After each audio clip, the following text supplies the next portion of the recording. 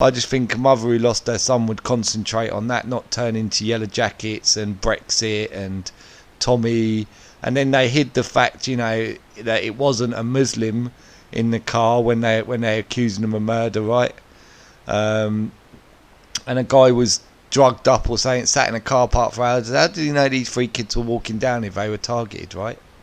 Just didn't make sense. And he apparently was overtaking a car at 60 miles an hour, I heard, and lost control, hit the pavement. So I don't know, but I wouldn't trust anyone who's been pushing Tommy ever. Yeah, those who are sitting by these Tommy pushers and now going, oh well, they've had a change of heart, so they're good people now. It's like, yeah, but they might, some of them might just be genuinely, daft enough to have been sucked in by him. But you can't now go around and go, right, I'm worthy to follow, yeah, because you can't be, can you, when you've made that much, especially when you've been like getting, those were at football grounds with buckets collecting money off football fans, yeah. Those were telling old ladies to fund him and all that sort of shit, yeah. So how much money have people lost because of you guys, yeah?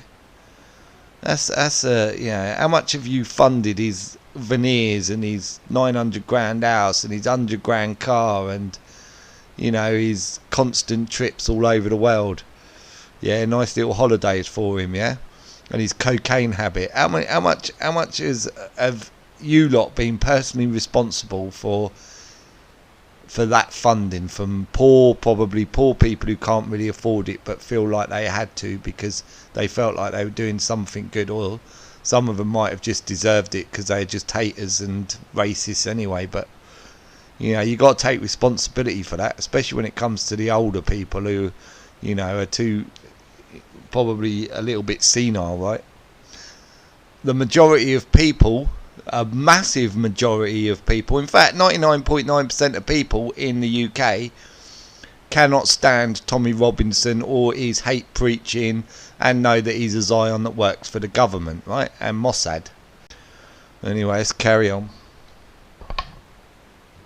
But Saturday was specifically about children that had been raped. It wasn't a Tommy Robinson demo, so it wasn't really necessary for these people to do this.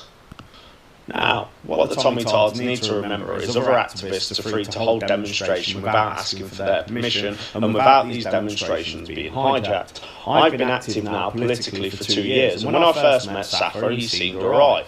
That was until he started discrediting me behind my back. He even used to ring Tracy Blackwell, telling her that she needed to drop me, something which she obviously refused to do.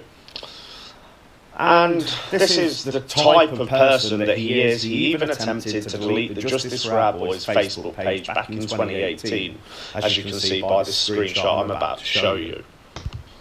So, reason number one for me no longer attending or supporting Tommy Robinson demonstrations or activism is because I'm sick to death of the backstabbing and the bitching. I'm sick of Glenn and his lackeys thinking they can bully people into silencing them, which again shows how hypocritical they are, given that they campaign on the platform of free speech.